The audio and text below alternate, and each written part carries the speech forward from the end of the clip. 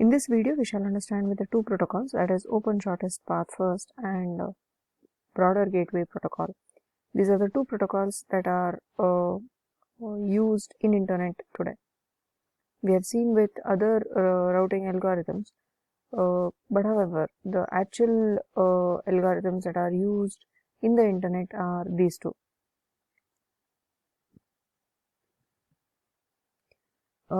Broadly, we can classify the routing algorithms into interior and exterior.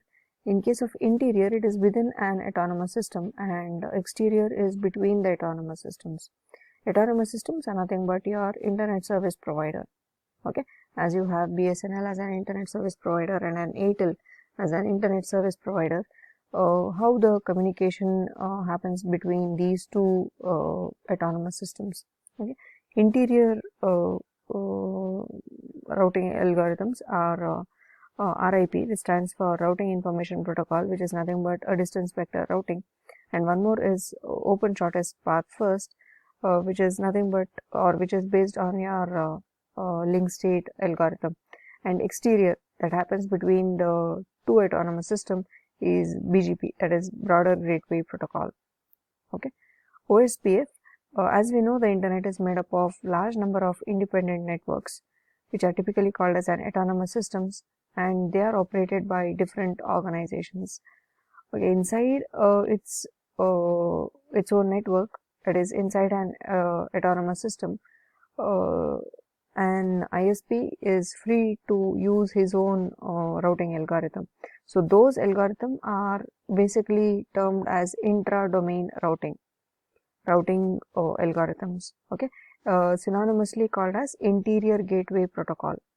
Okay, intra in the sense within an autonomous system, how are you going to route the packets? Fine. So distance vector routing, which is also called as routing information protocol, is one of the intra-domain routing algorithm. It works well for a smaller network. However, it has its own disadvantages, which are like it converges very slowly, and it has a count to infinity problem, and also it becomes it cannot handle the network when it grows larger. Fine. So as the protocols got evolved, OSPF, which stands for Open Shortest Path First, it became a standard, and a protocol that was based upon this standard was called as intermediate system to intermediate system. So you have to remember one difference over here between a standard and a protocol.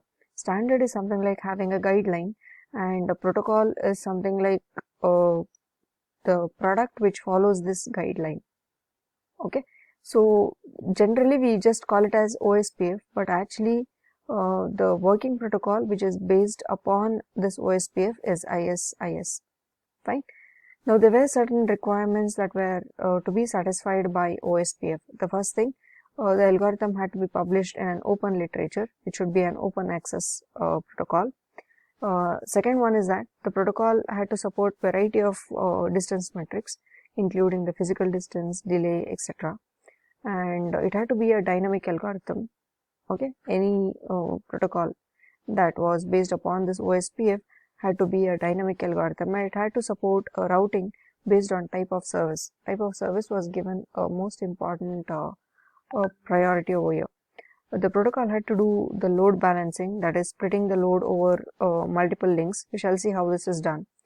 Support for hierarchical systems. Obviously, when you consider an internet service provider, you have, the internet service provider has many areas.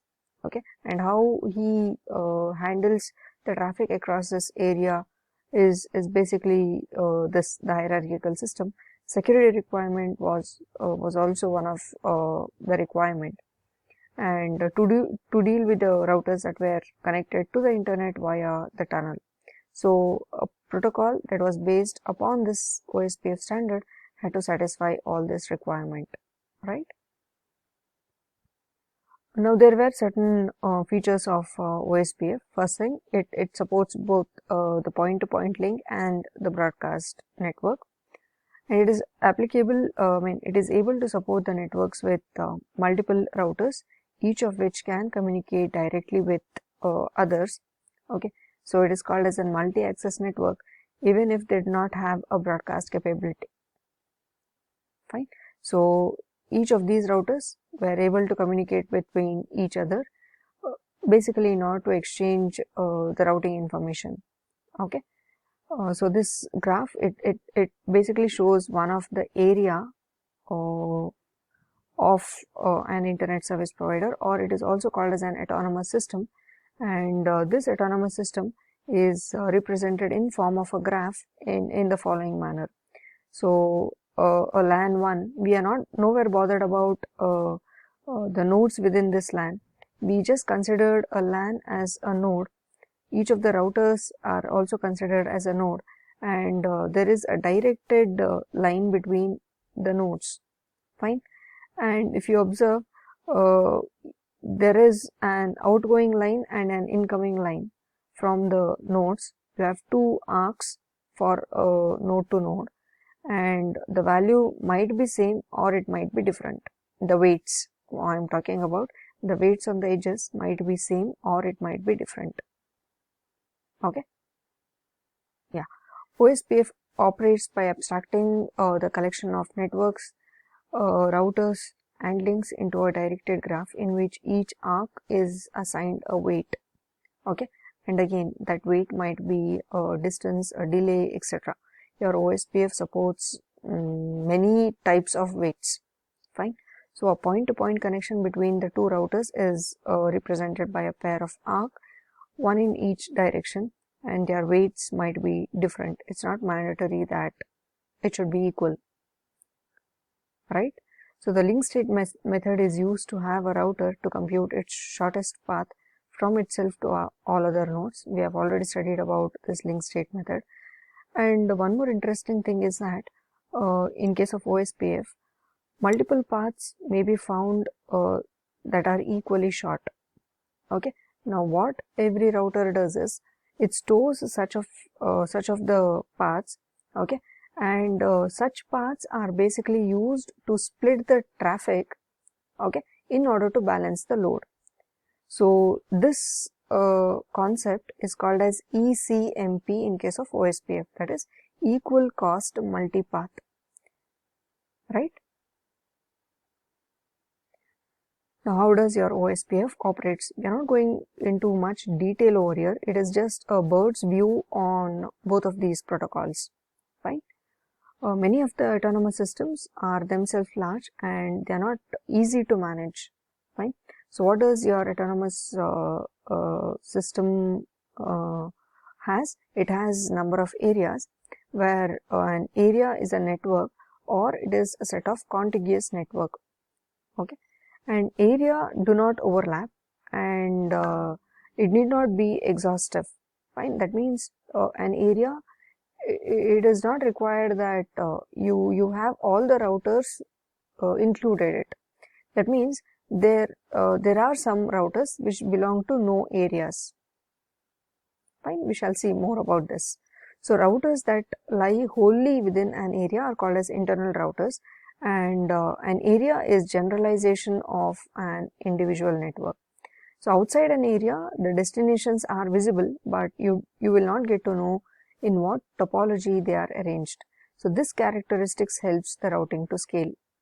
Fine. So if you observe the diagram over here, an autonomous system has something called as an backbone network, which is usually called as an area 0.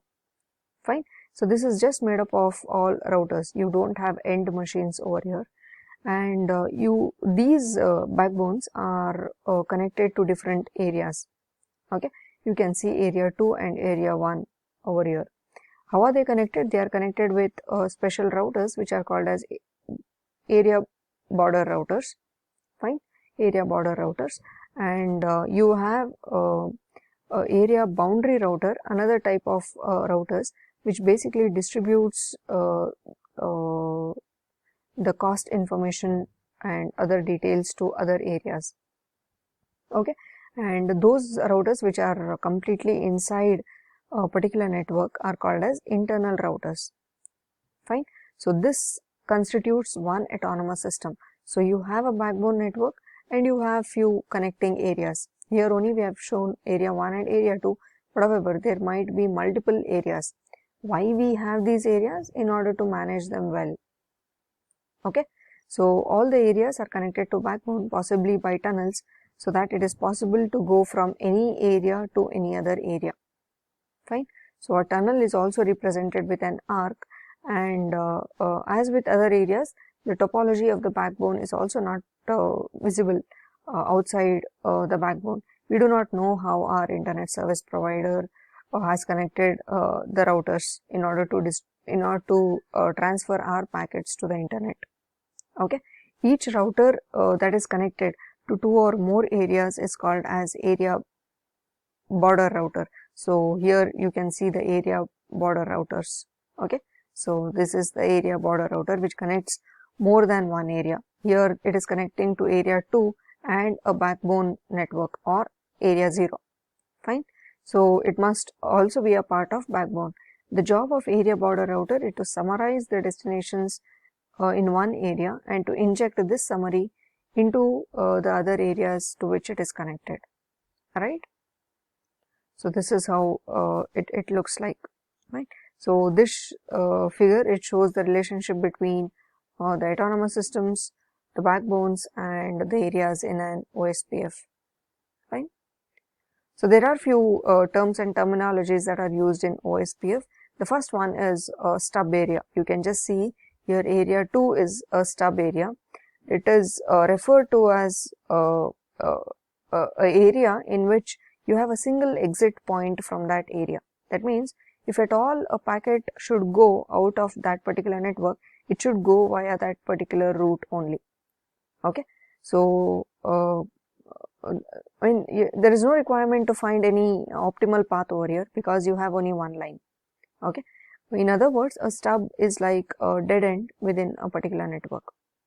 Right, area border router. An area border router, which is also called as an ABR, is a kind of router that is located near the border between one or more areas, and it is used to basically establish a connection between a backbone network and the areas. Right?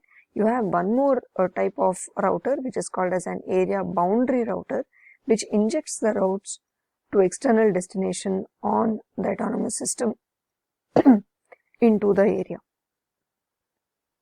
Okay, and the backbone area, it's a core of OSPF which contains the routers with no end machines over here, and it monitors the traffic between the areas that must pass through it. Right? So for the source and destination in the same area, the best intra route is chosen. If they are in different areas, the inter area route must go from source to backbone and backbone to destination. So this algorithm basically, OSPF is basically designed as a star topology, wherein your backbone acts as a hub or a switch and connects all other areas. Okay, there are few messages, important messages that are transmitted between the nodes, which I'll just have a look onto it. So when a router boots, it sends a hello message on all of its point-to-point link. So from the responses, the router gets to know who are its neighbors. Okay, OSPF works by exchanging the information between the adjacent routers. Fine. Basically, again, within an area, a router will not communicate with its immediate neighbor. I mean to tell, in order to avoid traffic, what is done is one of the router is elected as a designated router, and this designated router acts as the adjacent routers. Hope you all are able to understand this. This is said to be adjacent on its LAN and exchanges the information between them. So these are the various messages that are sent: hello, link state update, acknowledgement, database description, link state request, etc. This is what we have seen in our link state algorithm also. So as a result of this, the adjacent router checks to see who has the most recent data, and the information is spread in the following manner. So this slide will give you the summary information of how your OSPF work. In our next video, we shall see with BGP protocol. Alright, thank you.